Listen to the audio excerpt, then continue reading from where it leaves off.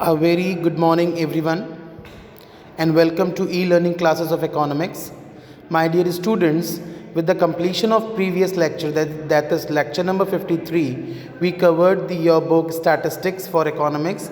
Now in this lecture, that is lecture number 54, we are going to start your chapter from microeconomics, that is forms of market, and we will cover the topic meaning of market, perfect competition and oligopoly. Dear students, monopoly and monopolistic competition are not coming in this syllabus, but I have already explained you now in notes and video we are having for perfect competition and oligopoly market. The very first question arises, what is the meaning of market? Actually, the market concept refers to all such systems or arrangements that brings the buyers and sellers in contact with each other to certain the sale and purchase of good. It does not refer to any shopping complex. अगर मैं आपको बहुत ही सरल शब्दों में in a very lucid way I must tell you, then market refers to the mechanism of sale and purchase of goods and services. चीज़ों को ख़रीदने के लिए और चीज़ों को बेचने के लिए जब कस्टमर और सेलर मिलते हैं एक दूसरे से, वो मार्केट कहलाता है, चाहे वो ऑफलाइन मिले या ऑनलाइन मिले, but that is your market. Basically dear students, there are 4 forms of market: perfect competition, monopoly, monopolistic and monopolistic competition के बाद oligopoly. But this time only perfect competition and oligopoly is coming in your syllabus. So what is a perfect competition market? It is a form of the market where there is a large number of buyers and sellers of a commodity. Number of buyers भी large होते हैं, number of sellers भी large होते हैं. And homogeneous product is sold. Homogeneous product बेचते हैं. Homogeneous product का मतलब होता है the product which are same in shape and size. And its price is determined by the market forces. और market forces जो हैं supply demand की, उससे price determined होता है. और एन इंडिविजुअल बायर या सेलर, कोई भी एक ख़रीदने वाला या बेचने वाला प्राइस को इफ़ेक्ट नहीं कर सकता. किसी एक बंदे का प्राइस पे कंट्रोल नहीं होता है. It is the full unit और the full association. Now what are the features of perfect competition? The first feature says large number of firms और sellers. In perfect competitive market, there are large number of sellers, means many sellers are selling the same product. And feature number 2 says large number of buyers. As sellers are many in number, in the same way buyers are many in number. Lot many buyers are there which takes parts in perfect competition. अगर मैं बरेली की बात करूं तो Buttler plaza और डेलापीर सब्जी मंडी is the very good example for perfect competition, because large number of sellers are there and large number of buyers are there, and that too they all are selling the similar goods. Homogeneous product मैंने आपको बता दिया. जिस तरीके से Butler Plaza it's famous for the mobiles, the very same way Delapeer vegetable market is for the dealer सब्जी and fruits. So homogeneous products are sold. Perfect knowledge, what does perfect knowledge means hair?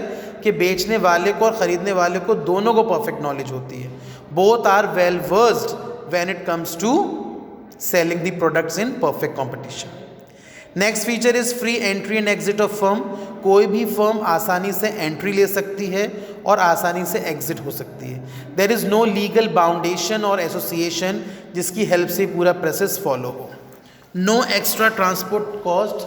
जब हम transport cost की बात आती है तो perfect competition में कोई भी एक्स्ट्रा ट्रांसपोर्ट कॉस्ट इनकर्ड नहीं होती है. जितने में हमारे गुड्स हैं सिर्फ वही कॉस्ट इनकर्ड होती है. कोई भी कंज्यूमर्स को कमोडिटी को एक जगह से दूसरी जगह पहुंचाने या ख़रीदने के लिए कोई एक्स्ट्रा कॉस्ट नहीं देनी पड़ती है. So this was your perfect competition market.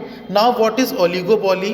It is a form of market in which there are few big firms and a large number of buyers. Firms बहुत कम होती हैं और नंबर ऑफ बायर्स अच्छे खासे होते हैं. इसमें वो गुड्स आते हैं बेटा जो हैवी प्रोडक्ट्स होते हैं. हैवी प्रोडक्ट्स मीन्स सपोज कीजिए there are only few car producers in Indian auto market. अगर हम इंडियन ऑटो मार्केट की बात करें तो कुछ ही कार प्रोड्यूसर्स हैं.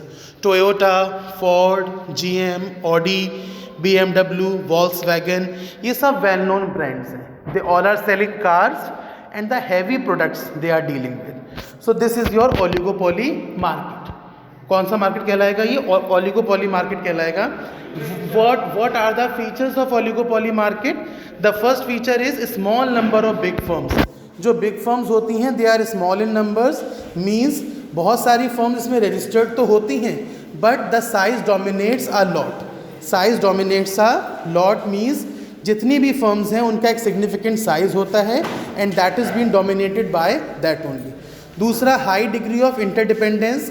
There is high degree of interdependence. इसका क्या मतलब है कि एक फर्म दूसरी फर्म पे, दूसरी फर्म तीसरी फर्म पे डिपेंड होती है when it comes to oligopoly market. Suppose कीजिए मैंने कार असेंबल की है तो उस कार में टायर्स MRF के हैं, जो ग्लास लगा है वो सेंट गोबेन का है, बैटरी एक्साइड की है, मीन्स एक दूसरे पे डिपेंड है.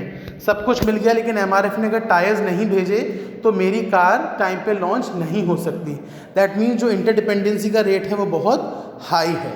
अगला feature, not possible to determine firm's demand curve.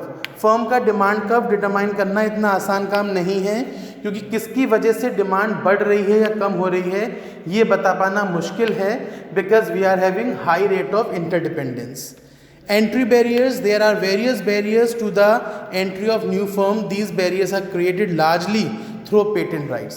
बहुत सारे barriers होते हैं, मतलब हर कोई firm में enter नहीं हो सकता और जो एक बार enter हो गया वो जल्दी exit नहीं हो सकता. So these are the features of oligopoly market. With this unit's perfect competitive market and oligopoly market is completed. That's all from this lecture. Thank you.